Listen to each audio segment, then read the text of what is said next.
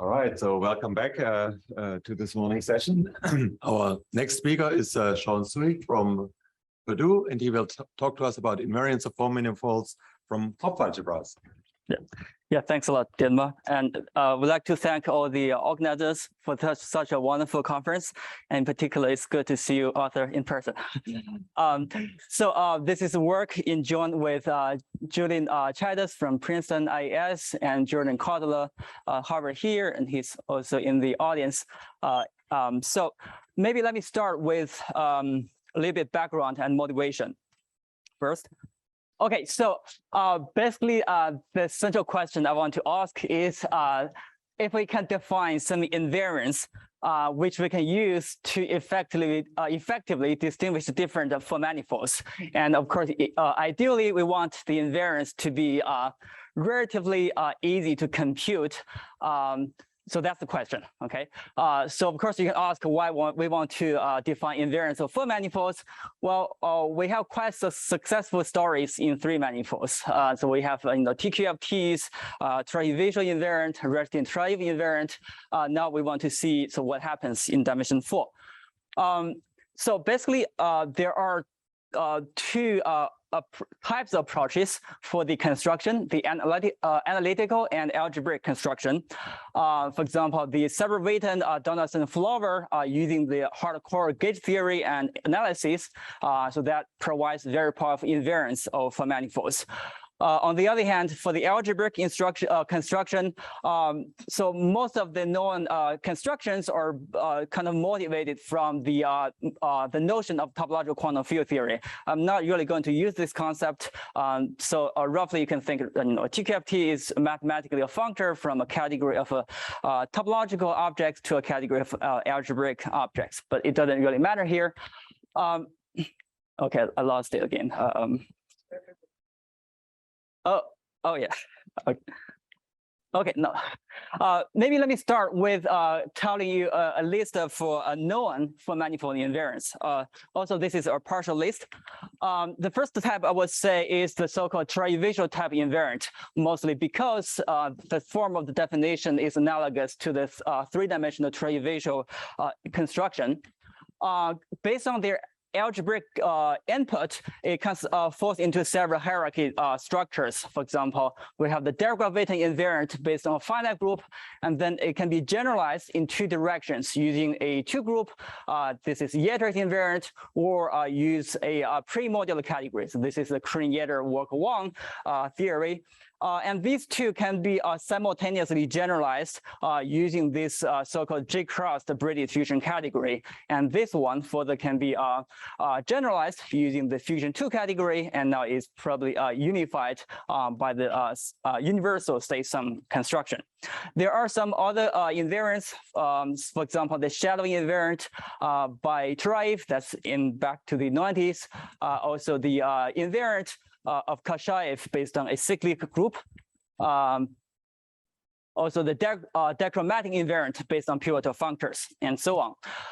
But the point is, all of these invariants, they're either proved or believed to be corresponding to some simple topological quantum field theories, and a result of Reuter says that some simple TQFTs cannot distinguish smooth structures. From this perspective, they are not quite interesting. So the natural question is, what about non-semisimple for manifold invariants? Well, let's look at the story in dimension 3 first. In that dimension, we have the trivial Barrett-Westbury invariant, or TQFT. They're constructed from fusion categories. This is semisimple, but they have a non-semisimple generalization known as the Kuperberg invariant. It is constructed from non-semisimple Hopf algebras. Now, with this analogy, in dimension 4, we also have this trivial type construction from fusion 2 category. So this is a 4-dimensional analog of this trivial invariant. So the natural question is, what about this 4-dimensional analog of this Kuperberg invariant? Okay, that could be something non-semisimple and more interesting. So that's the goal. I'm going to present you a construction of Kuperberg type for manifold invariants. Okay. So for the rest of the talk, let me first review the definition of the Kuperberg invariant and Hopf algebras, and then in the second part, I'm going to tell you what the definition of the full manifold invariant is. Some basic notations for Hopf algebras. Here is always assumed to be finite dimensional, and the structure maps M, this is a multiplication, delta co-multiplication, I is a unit, epsilon co-unit, S is the antipode. Okay, so we have seen a lot of tensor diagrams, for example, in Zhengwei's talk and also from Yasu's talk from yesterday. I'm going to use the tensor diagram to represent the structure maps in the Hopf algebra. For example, this is a multiplication, and also in this case, I'm going to use arrows to the edges. So an arrow has the following meaning: if an arrow is incoming to this tensor, it represents a tensor factor in the domain. If the edge is outgoing, it represents a factor in the codomain. So this represents a linear map from H to tensor H to H. Okay. So similarly, we have the tensor representation for the co-multiplication, the antipode, the unit, and the co-unit. Okay. The unit, of course, you can think of this as the linear map from C to H, so it doesn't have incoming edge. Let me also define this general M and delta tensor as follows. For any positive integer n, this general M tensor effectively multiply n elements of the Hopf algebra together. So in terms of compositions of tensors, basically you apply this multiplication tensor iteratively a number of times. Okay. And in the dual way, this is the general delta tensor, which basically means you apply the co-multiplication iteratively several times. I'm going to use this to define the Kuperberg invariant.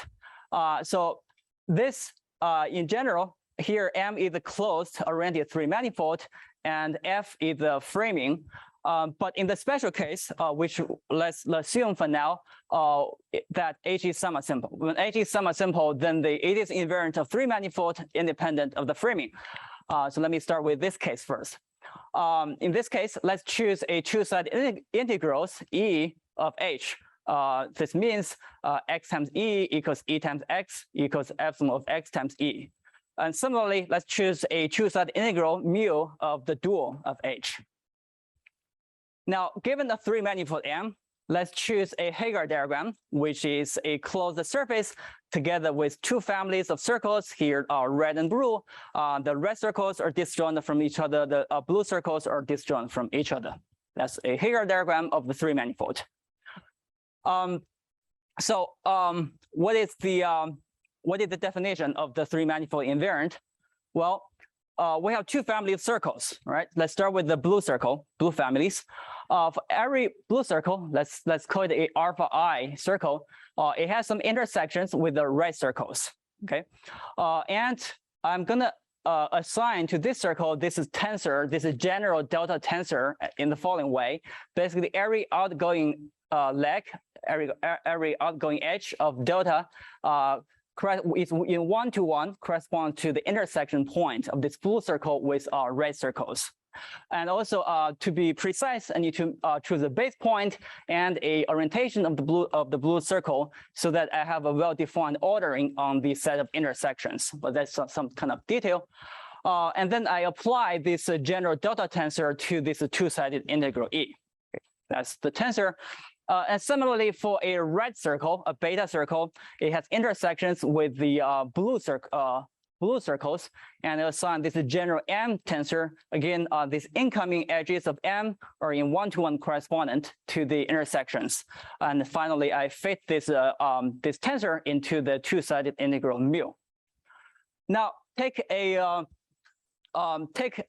intersection point, any intersection of a blue and a red circle. This is intersection is associated with a leg of a delta tensor and a leg of a M tensor. And we connect these two legs by some power of the antipode. Here, theta is either 0 or 1, but it doesn't really matter here. But we connect them using the antipode. So schematically, we get a bunch of tensor diagrams, something like this. So this, delta tensors, M tensors, and integrals and stuff like that. So we we evaluate this tensor diagram, and that is defined to be the invariant of the three manifold. Okay. Of course, this is the definition in the semisimple case, and I'll mention the non-semisimple case in the later part of the talk. But let me just comment that when H is semisimple, then this invariant reduces to the usual trivial invariant. So in this sense, it is a non-semisimple generalization. And also there are many generalizations along different directions. For example, you can replace in the Hopf algebra by a general Hopf object in the symmetric tensor category, or you can replace the Hopf algebra by a pivot category with some extra structures. Okay, so that's the story in dimension 3. Let's move on to dimension 4. We want to define a invariant of full manifold in a similar style. First of all, given a full manifold, we want to know how are we going to present it, right? In three manifold, we present it as a Heegaard diagram. Well, in dimension 4, we have something similar, which is called a trisection diagram. This was proposed by Gay and Kirby about 10 years ago. So roughly, this is a trisection diagram is, again, a surface, a closed surface, now with three families. Okay. With three families of circles. And here you can see red, blue, and the green, such that, so we have three families of circles. And the condition is that any two families of the circles, they form a Heegaard diagram for the three manifold, which is a connected sum of S1 cross S2. So that's the definition of the trisection diagram. From every trisection diagram, we can construct a closed oriented full manifold from it. So here is a diagrammatic picture for that. If you think kind of the center, this center point as the surface, this surface here. Now each family of circles determine a three-dimensional handle body. Okay, just by attaching handles. Here I represent these handles by this segment. And then this condition for this condition here, S1 cross S2, it means that the union of any two segments is precisely the three manifold S1 cross S2 connected sum. And then we just fill in these three manifolds by some four-dimensional handle bodies. And it's a basic fact in four-manifold topology that it doesn't matter how you fill in. It doesn't matter the way you fill in this hole. And then we will get a four-manifold, which is closed, oriented, and smooth. And a similar result as in the case of Heegaard diagram is that every closed oriented full manifold has trisection diagrams, and equivalent trisection diagrams are related by a number of moves, for example, isotope, handle slice, and stabilization. Let me just show you some pictures. Okay, now I think it doesn't work. Okay, let me just, these the trisection diagrams for some of the simple for manifolds. Okay, now we have the kind of the topological setup. Then what about the algebraic input, which we use to define the invariant? Here, let me define the notion of a Halftriplet. So from the the word you can tell is first of all is it consists of three Hopf algebras, H alpha, H beta, H gamma. They are Hopf algebras together with some pairing. So for every pair mu nu from this set alpha beta, beta gamma, gamma alpha, we have a bilinear form defined on H mu tensor H nu. Okay, such that we require the induced map from H mu to H nu dual. Here we also attach cop. This means you twist the co-multiplication. We require this induced linear map to be actually a Hopf algebra morphism. So that's the second condition. The third one is a little bit more technical, so maybe let me just mention a little bit. From the second condition here, it implies these pairings induces a linear map from H alpha tensor H beta to H gamma dual. Okay, and actually here there is a we can form something called a generalized dream field double of these two Hopf algebras. Again, this is like a slight generalization of the usual dream field double. But here, yeah, so they can form the dream field double, which generalize the dream field double, which is a Hopf algebra, and we require the induced map to be actually a Hopf algebra morphism. So so that's the definition of a Hopf triplet. Schematically, let me just represent it in such a way. Basically, we have three Hopf algebras, alpha, beta, gamma, and we have a bilinear form on each pair of them, satisfying some technical conditions. And we will also use tensor diagrams to represent the structure maps with some index. Also for the bilinear form on H mu tensor H nu, we use this kind of tensor diagram to represent it. Basically, you see this is a bilinear form defined on H mu tensor H nu. Okay, let me show you some examples of Hopf triplet. First of all, if you're given a quasi-triangular Hopf algebra H, this R is the universal R matrix, is an invertible element in H tensor H, satisfying some conditions. I can construct a Hopf triplet as follows. The three Hopf algebras are as follows. I mean, I guess if you don't want to bother, just ignore this cop-off stuff. Basically, it consists of H dual, H, and H dual, the three Hopf algebras, and we need to define the bilinear forms on each pair of them. Two of the bilinear forms are the canonical ones, basically between the dual and a space itself. The last one is non-trivial one. It uses the R matrix to define the bilinear form. Another way to find Hopf triplets is basically you start with some low-dimensional Hopf algebras, and then you can see, you just see, what are the possible bilinear forms that you can get. For example, if I choose H8, this is just one example, okay? Choose H8 to be the 8-dimensional Hopf algebra, which is neither commutative nor co-commutative. And for simplicity, if I just assume I take all the three Hopf algebras to be H8 the same, and I also choose all the bilinear forms to be the same. So essentially, I only have one variable, the bilinear form. Okay, and then it's pretty straightforward to plug in this into a computer and see what are the solutions. And it turns out that there are quite many solutions. So in this way, we have very concrete examples of Hopf triplets. Okay, now let me show you what the definition of the invariant is. So first of all, the algebraic input is a Hopf triplet. Okay, we have three Hopf algebras with some bilinear forms.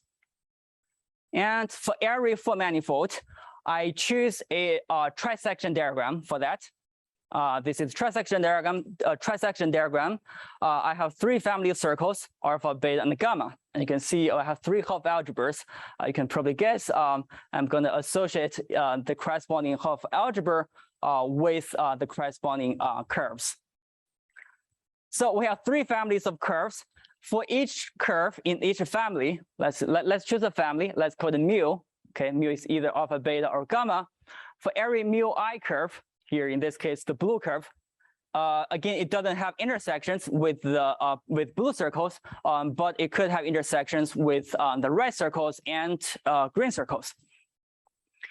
So again, we will choose a base point and a orientation on the circle in an arbitrary way, and we assign this general delta tensor to this circle in a similar way. Basically, every outgoing edge corresponds to an intersection point on the circle. But here we draw this delta tensor from the corresponding Hopf algebra. Here we're dealing with mu family circles. Then the tensor is drawn from H mu. And similarly, we apply this general delta tensor to the two-sided integral in the Hopf algebra, in the corresponding Hopf algebra.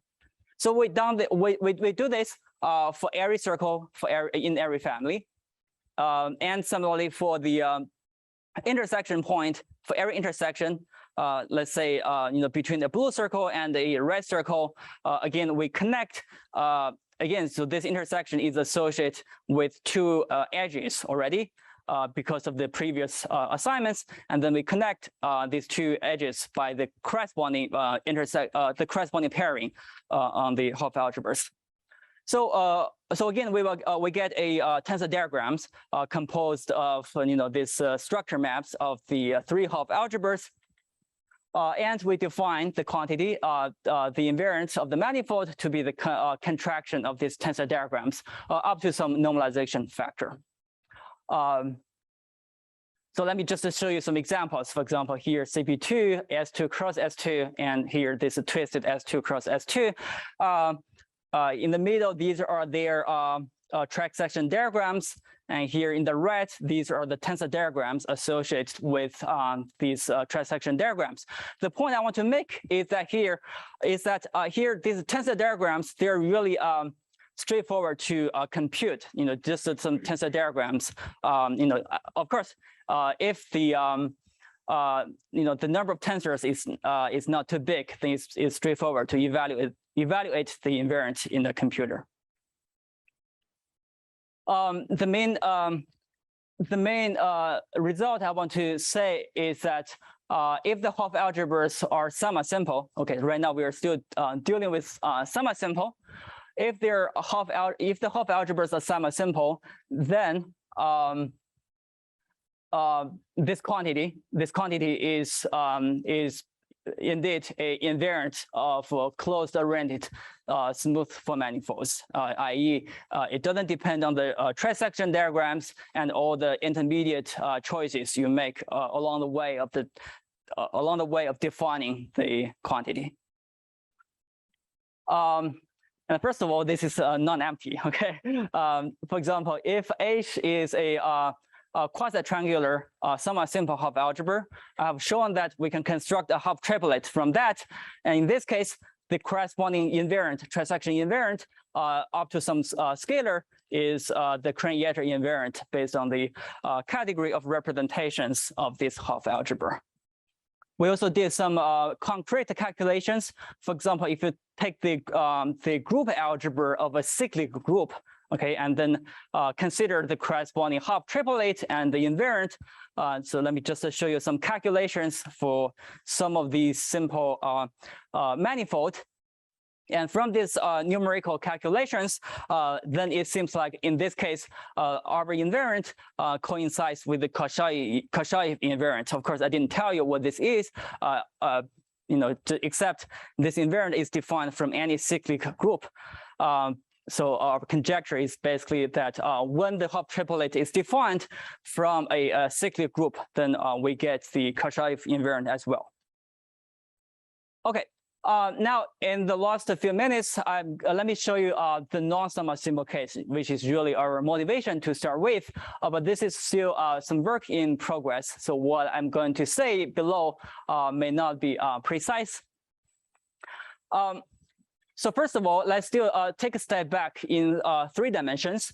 For the Kuperberg invariant, if the Hopf algebra H is non-semisimple, then it's not invariant of the 3 manifold, but rather it's a pair. It's a 3 manifold together with a framing F.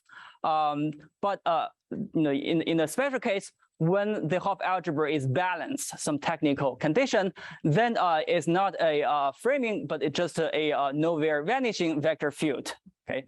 Again, this is some technical details, not terribly important here. The point is that when H is not semi-simple, you need to choose some extra structure on the manifold in order for it to be well defined.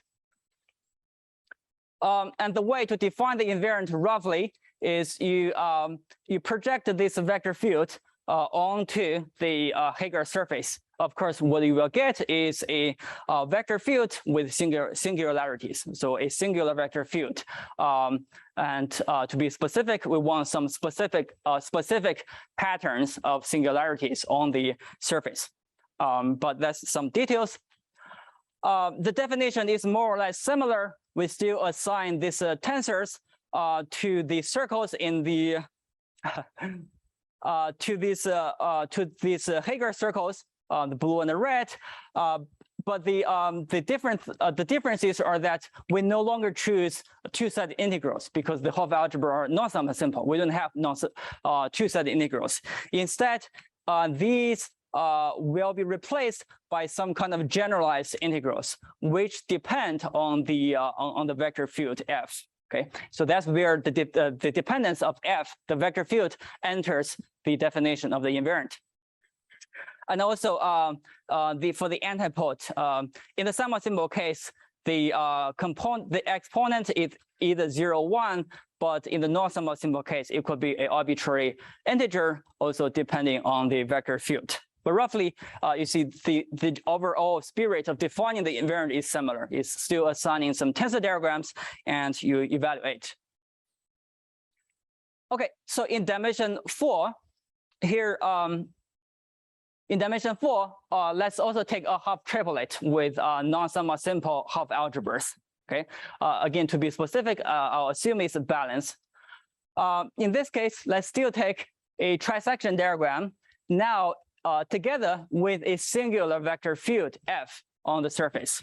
And we require that this vector field has a index -1 singularity on each of the circles and an index G+2 singularity of the circles, where G is the genus of the surface. And then, so it's similar to the semisimple case, we assign these tensor diagrams to each circle. And again, this will replace the two-sided integral by some generalized integrals, which depends on the singular vector field F.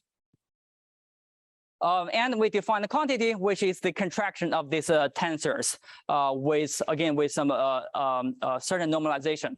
Now I write this quantity. You see, it depends on the trisection diagram as well as the vector field, right? So right now I can say it's invariant of the manifold because you see I start with a trisection diagram, okay, and a vector field on that.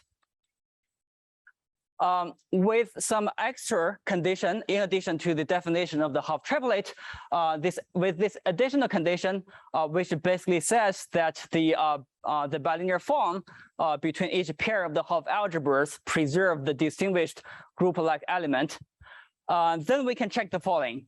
So this quantity is invariant under the following moves. Basically, diagram isotopy, and all the analogous moves of the trisection diagrams, as in the semisimple case. For example, handle slide, 2-point move, and all the basic moves involving the trisection diagrams and the circles. And as well as this, we call it Basepoint sparrow, involving this vector field F. So from these, we can conclude that this quantity, it defines something. It's an invariant of the pair where M is a closed full manifold represented by this corresponding trisection diagram. Now, S, here I call it a certain structure on the full manifold. So why did I say is a certain structure? Well, you see, we started with something on the trisection diagram. Okay, we try to figure out what it means on the full manifold. So for the moment, we can roughly say that this is all the possible structures. It formed a tensor on H1, but we don't really know right now if there's a more intrinsic way to describe these structures. But at least in particular, if the manifold is simply connected, for example, then we do get a invariant of the manifold. Okay. So Dietmar, should I stop at 15? Yeah. Okay. Okay. Yeah. Just maybe 1 minute. Let me show you some questions and the future directions I'm currently thinking about. So first of all, I defined this basically the partition function on the full manifold. I said it is partition function, but I don't really know if it can be extended to a TQFT. So really, we have only the invariance of the full manifold. And we know that this recovers the Kronecker invariant in special cases, and we would like to know if it has any relations with the all the state sum invariance. And it would be nice to have more examples of Halftriplets, because right now we mostly have examples from quasi-triangular Hopf algebras, which are not quite interesting because they just give Kronecker. So it would be nice to have a more intelligent way of constructing Halftriplet. I guess similar to the three-dimensional case, we want to generalize the notion of Halftriplets in the symmetric tensor category. Okay, I guess I'll stop here. Thank you very much for your attention. Any questions?